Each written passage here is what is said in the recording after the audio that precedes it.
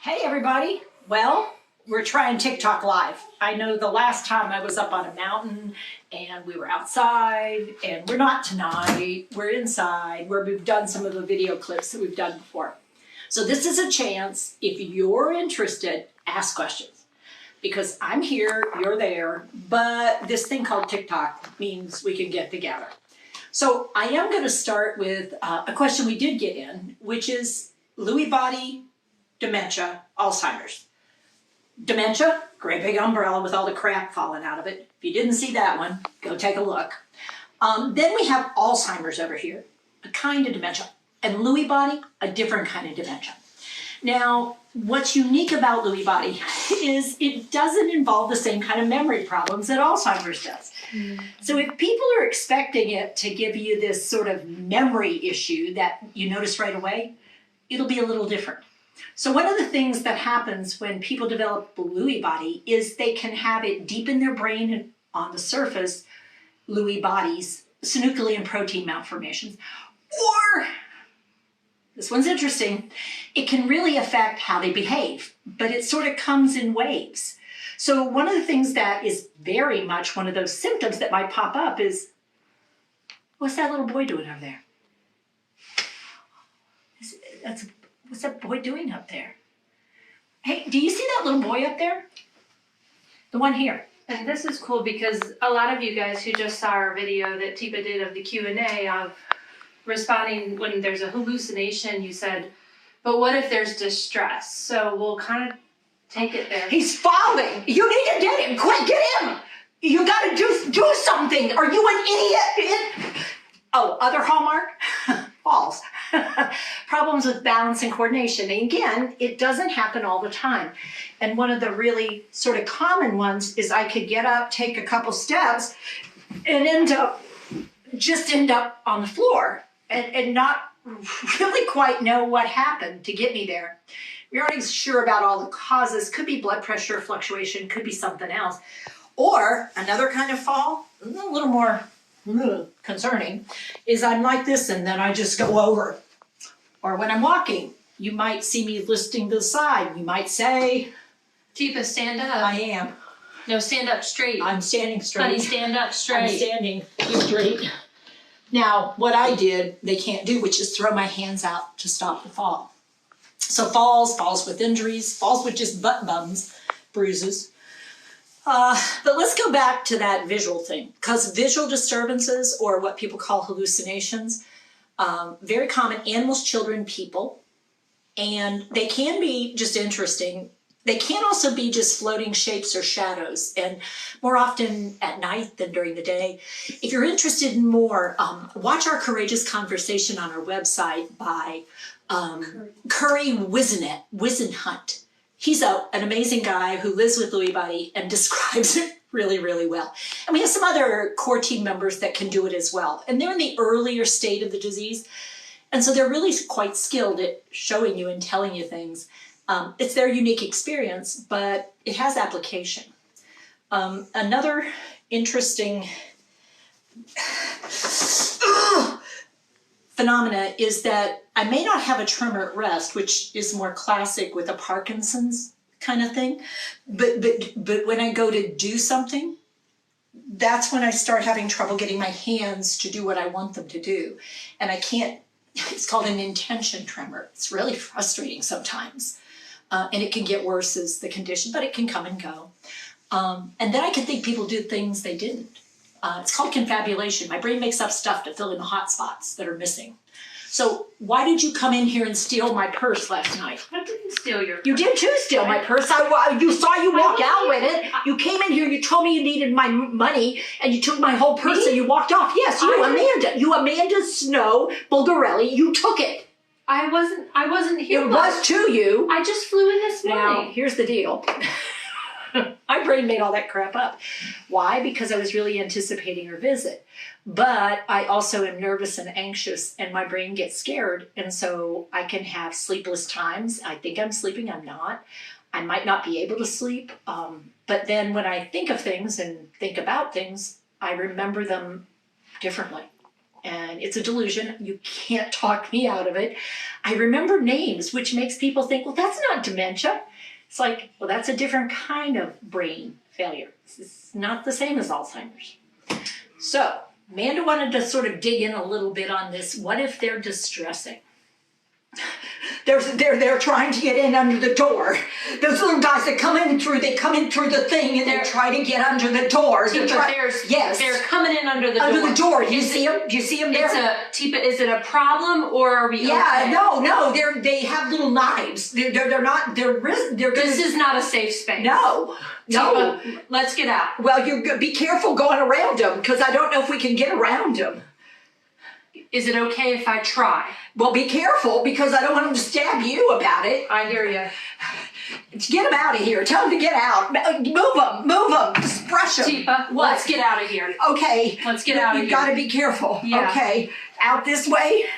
Should we go? I don't want to go that way. Then Let's go over this way. here.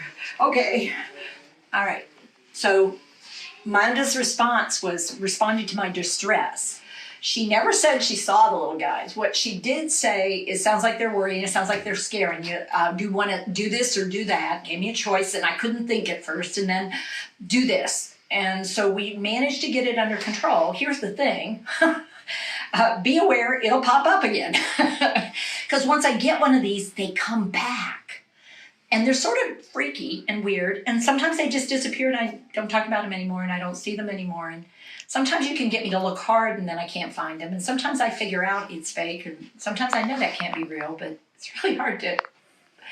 People living with Lewy Body are really, it's tricky. It's tricky figuring out the world. So that was sort of an people example. asking about, are you an OT? And yeah. Because there's an OT student, there's a couple of CNAs that just I am an occupational therapist, have been for 42 years now.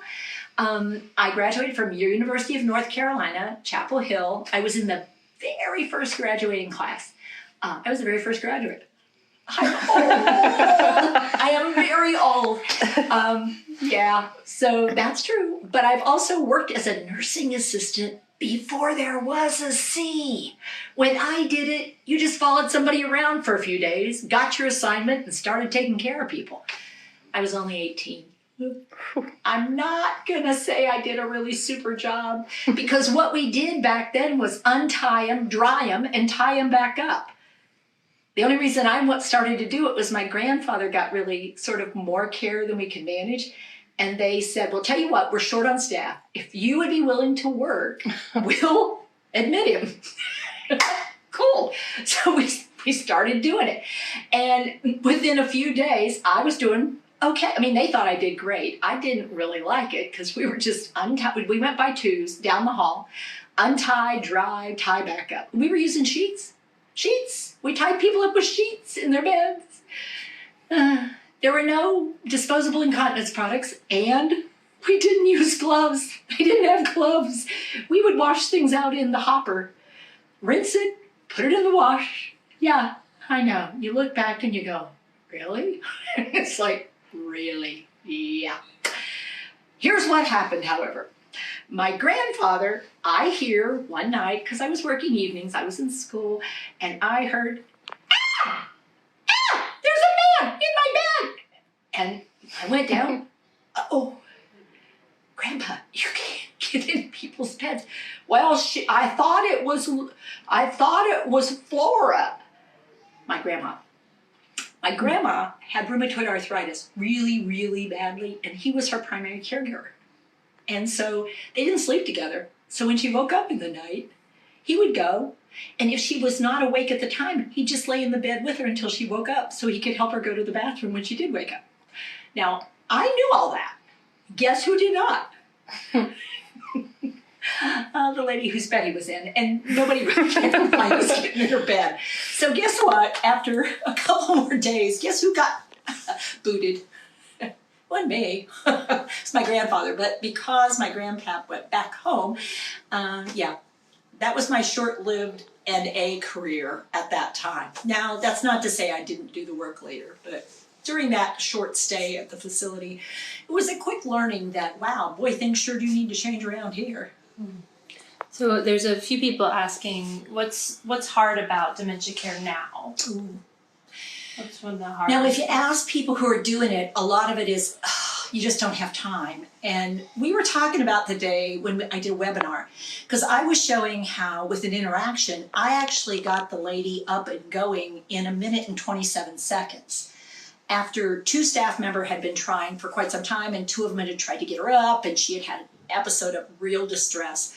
And it was well over, they had been trying multiple times. So comparatively, it was a short time. And my friend Rachel, who does the webinars with me, said, you know what I think it is? It's the amount of effort your brain has to put out to do this well. And so although it's a short period of time, it's really effortful, and you have to really focus on the other person and pay attention to what they're able to do, what they're not, what signals they're sending, what their level of distress is. So it's hard work for a short window of time. So your primitive brain, the hippocampus, says, that was a really long time, because it took a lot of energy. But in fact, it was a short window of time, but you did have to really work hard with your brain. Now, you can spend a lot of time getting nowhere, but apparently that doesn't feel as long as when you work really hard for a short window of time and get a good outcome. But it is. I think that's very real. There's a lot of pressure to get it done, get her done, get her a shower, get her to eat, get him to do this, get her, all that stuff. She needs a shower. It's like, why do we keep offering showers to people who don't want showers? Let's find another way to get clean. Good grief. But, I think people who are in this thing, it's also stigma. People don't think doing dementia care is really very skillful, or that it takes a lot of talent, and it should be a specialized practice. Right. Shout out for the teachers. Like, if you've been in school or you had a kid in school, you can teach. It's the same when it comes to dementia care. If you have seen somebody with dementia, or you've done care in other fields. Sure, you can do that. Or if you're a parent, just have a kid, it'll be fine. It's actually a lot of work to do this stuff, and to do it really well, I do think it takes expertise. Now, that doesn't mean rocket science, but what it does mean, you gotta learn about this condition you're trying to help. And you've gotta be interested in people, and you've gotta be willing to make mistakes, learn from your mistakes, and then share what works. Because if we don't build teams for success, having a lone ranger, I've been a lone ranger. I can do it. It just doesn't help that much. Why I do what I do? Because I want other people to be able to do what I do. I just really want care to improve. I'll be really honest. Can you talk a little bit about, there's people asking about specifics in diagnosis. What makes Lewy body different than, say, Alzheimer's or other dementias? And how do you kind of define those different characteristics? One of the things about the different dementias, different parts of your brain are being destroyed in a different pattern at a different rate. Lewy body particularly is one that, to me, is like, oh man, we got to pick up on this, because it gets misidentified as a psychiatric illness, and the condition can be mistaken for schizophrenia. Now, any of you been paying attention to the stuff that people have been talking about with the increased diagnoses of schizophrenia? Well, that's because with schizophrenia, one of the treatments of schizophrenia is antipsychotics. Antipsychotics to try to suppress the brain a little bit so it functions less distressed. The problem with Lewy body, if you give people with Lewy body antipsychotics, you can kill them or cause huge amounts of problems with movement that could actually make it impossible for them to do things. And it doesn't necessarily resolve. So I look at what people are showing me. What can they do? What can they not do? What are their abilities? Where do they have strengths and where do they have problems? And I can about 95% of the time look at either combinations of dementia that people have, or a type of dementia based on what they're able to do, what they're not. And I can say, here's your probable. You could go get a medical condition diagnosis, but we're looking at how do we support your symptoms, essentially, and how do we use what you got. What are some of the positive things about Lewy body? Yeah, positive about Lewy body. People can still really do a lot of things and really have a sense of humor, and they can be very verbal and interactive when they're not having episodes. So they can really function pretty well until something hits, like the Lewy bodies get active. And that's why it's called a roller coaster. Because you have to, whoa, and it does hit sort of like that. So the good parts are that you can have friends, you can have interactions, you can do stuff, and then you have to be prepared for it, and then you can't. Energy up, energy down. So some days you can go for 7 days straight. Ever tried going for 7 days straight without sleeping? So the downside is you're exhausted, but you can't figure out how to get to sleep. And you start making mistakes and things like that. So the cool part about the Lewy body is how still able people can look, and yet how much support they can really want and need, so that they don't feel so alone and so outcast so many times. With the diagnosis piece and talking about support and building a team, what do you and your company and all of that, what do you guys offer that can help people, consults or training for staff or whatever? I mean, we offer everything from just free resources, video clips, YouTube stuff, but we also offer like champion courses if you want to get more skillful at stuff, little bites. We offer free consults that are like a half-hour consult, and you could be a person living with dementia, you could be a family member, a staff member. You can be anybody and ask for a consult.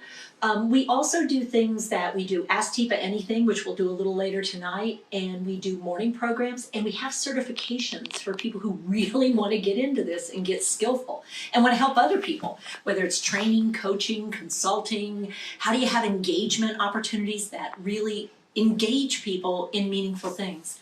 So our goal is to improve the culture and change the culture of dementia care. And that's what we're really all about. That's why I started, and that's why I do what I do. And the company is designed to do that. And we're going out with a nonprofit also to see if we can help demonstrate some of this stuff that we're doing in our local community. Which is? Orange County, North Carolina. Hillsborough. Well, I live in Eflin. Yeah, I'm actually from West Virginia, otherwise known as West by God, Virginia, up in Morgantown. But I came down from Pittsburgh, went to Duke, went to UNC, and I've been in North Carolina ever since. Well, except when I'm traveling. So somebody asked, medications. Are you anti-medication? No, I think meds have a place. I don't think they're the first thing I should grab when somebody has dementia. You know, it's just my take on it is meds are not going to fix dementia. Meds have a place. If someone's in pain, they should get a pain med. If someone is having an upset stomach, they should get something for an upset stomach. But then I should start looking at, why did their stomach get upset? Was it stress, distress? Was it what they ate? Was it because they have an allergy? I need to get more, as always, curious. Instead of throwing a pill at something, I truly believe when a pill is useful, we should do it. But when something else works, throwing more meds in a system that's already broken, we know the brain is struggling and the chemistry in the brain is changing and the structures within the brain are failing. Throwing more meds at it quickly without investigating the through time processing, buildup of toxicity. I mean, it's complicated, and I think it's not the first thing we should do. And the knee jerk to throw a medication on somebody's brain or body or self in order to fix something, it's just, to me, it doesn't make a lot of sense, because now I've got more confusion, not less. What about meds like donepezil Yeah. to slow progression? No, it doesn't slow progression. Okay, so it doesn't actually slow the progression. What we're talking about are the acetylcholinesterase inhibitors. I'm just going to give you the skill. Yeah, it took me a long time to learn to say that quickly. But what they do is they produce fake acetylcholine. And it allows your brain to possibly use the acetylcholine it has a little more effectively. It doesn't change the disease at all. It doesn't impact what's causing the dementia. What it could help is symptoms for some people sometimes. The challenge is that it's not going to stop or slow your dementia, but it can make you maybe function a little bit better. So it's certainly something to consider. But for some people, they have side effects. They have negative effects. It can cause things like bowel quickness, which you could call diarrhea or you could call something else. Problems controlling urine. It could make your heart go too fast. It could make you anxious and nervous because it can impact, or it just could make you more nauseous. So, you know, it's not something that you can just go, oh yeah, always take this. It's like, let's look at it and let's weigh in benefits and costs. And if it's not helping in this case and it's causing some then we may want to look and go, you know, I think we're going to try without, because it's not actually going to keep the dementia from getting worse. And that's the tricky part. We got to watch our language, because it's to treat symptoms. It's not really going to change the progression of dementia. So you mentioned your Ask Teepa Anything. Yeah. Yeah. Which is coming up soon at Yeah, 7. Tell them a little bit. Hi, everybody. Tell them a little bit about what kinds of events you offer weekly, where you answer a lot of these questions. Yeah. So every morning on Facebook, Matthew and I at 8 a.m. Eastern Time are on for about 10 to 20 minutes, except for Sunday. Then I have the grand boys on. I have my grandsons on, and we do something. And we usually have a topic, but we also respond to any comments or questions that come in on that. And this week we're talking about, oh, hey, listen, I want to show you something. How do you use visual cues to move a project forward, to get an agenda on track? So we're working on that. That's for the week. I also do Ask Teepa Anything once a month in the evening at 7 to 8 or 8:30 on Facebook or YouTube. And we're open to any kind of questions. You can submit them ahead of time, ata@teepasno.com. And then on every other week, we do dementia problem solving with a PAC team, where we take more complicated situations. Whoa. And they can be pretty complicated. We take them apart and try to figure out the puzzle pieces and how to put something together that might help. And for people living with dementia. Oh, yeah. We also have Let's Talk, where we once a month get together with people living with dementia and talk about what's going on in their world, sensory changes, how they deal with anger. Give me some ideas about this. Tell me how this is going for you.